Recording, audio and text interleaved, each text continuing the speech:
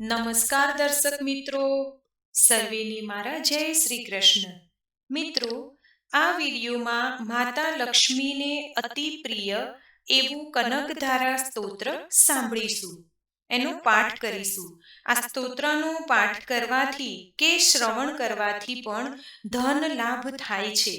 આખું વરસ ધનને લગતી કે પૈસાને લગતી કોઈ પણ પ્રકારની આર્થિક તંગીનો સામનો કરવો પડતો નથી. એવું કહેવાય છે કે આ કનકધારા સ્તોત્રનો નિત્ય પાઠ કરવાથી કે સાંભળવાથી માતા લક્ષ્મી દોડીને આવે છે અને આપણા ઘરમાં સ્થાયી વાસ કરે છે.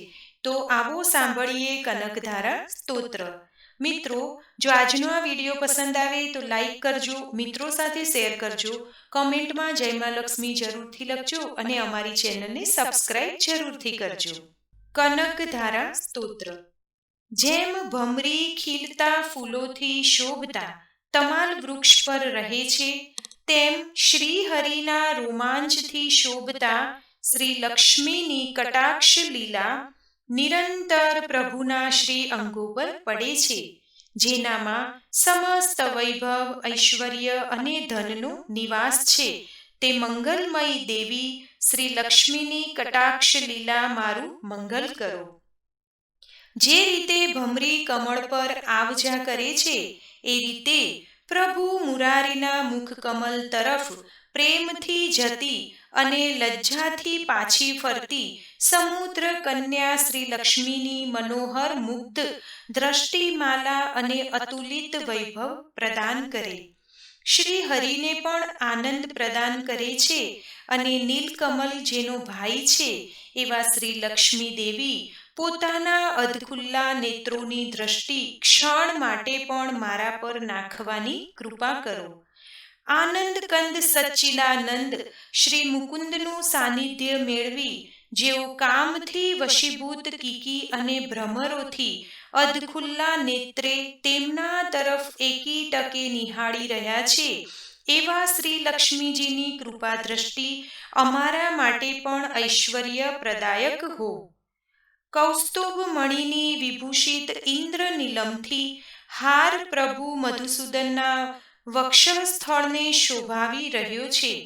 ત્યાં સદા નિવાસ કરનારા શ્રી લક્ષ્મી દેવી પ્રભુના ચિત્તને પણ કામપ્રદ બનાવી દે છે, એવા કમલમાં નિવાસ કરનારા શ્રી લક્ષ્મી દેવીની કટાક્ષમાલા મારું મંગલ કરો. જે રીતે મેઘની ઘનઘોર ઘટામાં વીજળી ચમકતી રહે છે, એ રીતે કેટભ શત્રુ શ્રી વિષ્ણુ ભગવાનના મેઘ સમાન મનોહર વક્ષઃ સ્થળ પર તમે વીજળી સમાન દેદીપ્યમાન રહો છો. વિશ્વની માતા ભાર્ગવ પુત્રી ભગવતી શ્રી લક્ષ્મીની પૂજનીય પ્રતિમા મારું કલ્યાણ કરો. સમુદ્ર રૂપી શ્રી લક્ષ્મીજીની મદિલી અર્ધ વિકસિત ચંચળ દ્રષ્ટિના પ્રભાવથી મંગળ મૂર્તિ પ્રભુ મધુસૂદનના હૃદયમાં કામદેવે પ્રથમ સ્થાન પ્રાપ્ત કર્યું છે, એ મંગલ દ્રષ્ટિ મારા ઉપર પણ પડો. ભગવાન નારાયણની પ્રિયતમા શ્રી લક્ષ્મીના નેત્રરૂપી મેઘ કરુણારૂપી અનુકૂળ વાયુથી પ્રેરાઈને દુષ્કર્મરૂપી ગરમીને દીર્ઘકાળ માટે દૂર કરી મારા જેવા વિષાદગ્રસ્ત અને દીન દુઃખી ચાતક પર કૃપારૂપી વર્ષા કરો. વિશિષ્ટ મતિવાલા મનુષ્યો પોતાના સત્કર્મથી જેમના પ્રીતિપાત્ર બની જેમની કૃપા દ્રષ્ટિથી અનાયાસ સ્વર્ગ પ્રાપ્ત કરે છે, એ કમલાસના કમલા લક્ષ્મી દેવીની વિકલિત કમલના ગર્ભ જેવી કાંતિવાન દ્રષ્ટિ મારી અભિલાષા પૂર્ણ કરે અને સંતાનદીની વૃદ્ધિ પ્રદાન કરે. સૃષ્ટિના સર્જન સમયે વાન દેવતા બ્રહ્મ શક્તિ છે, જે સૃષ્ટિના પાલન સમયે શ્રી વિષ્ણુની પ્રિયા લક્ષ્મીજી વૈષ્ણવ શક્તિ છે, અને જે સૃષ્ટિના સંહાર સમયે શાકંભરી દેવી અથવા શિવજીની રુદ્ર શક્તિ છે, એ ત્રિલોકના ગુરુ વિષ્ણુની પ્રિયતમા ભગવતી લક્ષ્મી દેવીને મારા નમસ્કાર હો. હે લક્ષ્મી દેવી, હે શુભ કાર્ય ફલદાયિની, શ્રુતિ સ્વરૂપા આપને પ્રણામ છે. રમણીય ગુણોના સાગર સમા રતિ સ્વરૂપ આપને નમસ્કાર છે. સહસ પાંખડી વાળા કમલમાં નિવાસ કરનારા શક્તિરૂપ રમાને મારા પ્રણામ છે.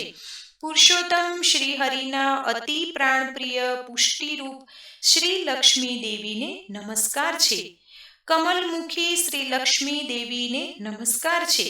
ક્ષીર સમુદ્રમાંથી ઉત્પન્ન થયેલી રમાને પ્રણામ છે. ચંદ્રમા અને અમૃતની બહેનને નમસ્કાર છે. ભગવાન નારાયણની પ્રિયતમા શ્રી લક્ષ્મી દેવીને નમસ્કાર છે. હે કમલ નયની, આપના ચરણોમાં કરેલી સ્તુતિ ઐશ્વર્યદાયિની, આનંદકારી, સામ્રાજ્ય પ્રદાન કરનારી અને પાપોનો નાશ કરનારી છે. હે માતા, મને આપના ચરણ કમલોમાં પ્રણામ કરવાનો સદા શુભ અવસર મળતો રહે તેવી કૃપા કરો. જેમની કૃપા માટે કરવામાં આવતી ઉપાસના સેવક માટે સર્વ મનોકામના પૂરી કરનારી અને ધન સંપત્તિ વધારનારી છે, એવા ભગવાન મુરારીની હૃદયેશ્વરી દેવી મહાલક્ષ્મીજીનું હું તન મન અને વાણીથી ભજન કરું છું. હે શ્રી હરિના પ્રિય પત્ની, આમ કમલકુંજમાં નિવાસ કરો છો. આપના ચરણ કમળો નીલકમલ જેવા શોભે છે. આપ શ્વેત વસ્ત્રો, ચંદન, માલાદી અલંકારોથી સુશોભિત છો. આપની સુંદરતા અવર્ણનીય છે. હે ત્રિભુવનને વૈભવ પ્રદાન કરનારા, આપ મારા પર પ્રસન્ન થાઓ.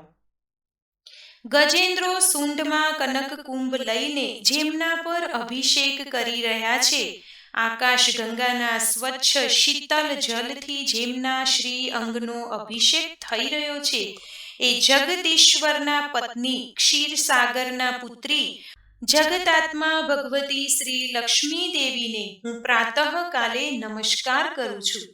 હે કમલ નયને, હે વિષ્ણુ પ્રિયા શ્રી લક્ષ્મી દેવી, હું મહાદીનહીન છું.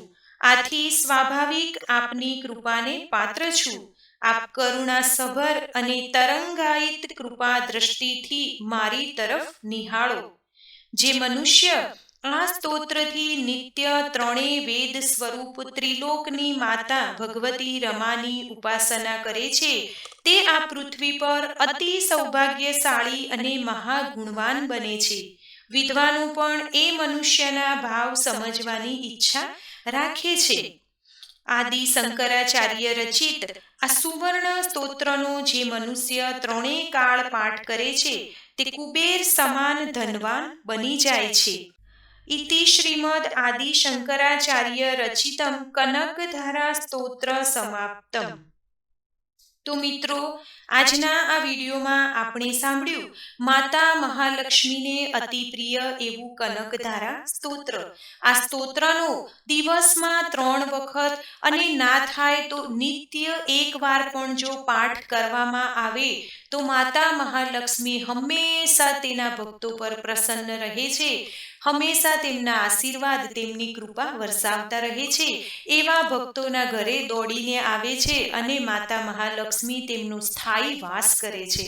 તો હું આશા રાખું કે આજનો આ વિડીયો તમને જરૂરથી પસંદ આવ્યો હશે. વિડીયો પસંદ આવ્યો હોય તો લાઈક કરજો, મિત્રો સાથે શેર કરજો. ચેનલને જો પહેલી જ વખત જોઈ રહ્યા છો તો સબસ્ક્રાઇબ જરૂરથી કરી લેજો, જેથી નવા આવનારા તમામ વિડીયો તમને મળતા રહે. કમેન્ટમાં જય માં લક્ષ્મી જરૂરથી લખજો. ધન્યવાદ. સર્વેને મારા જય શ્રી કૃષ્ણ.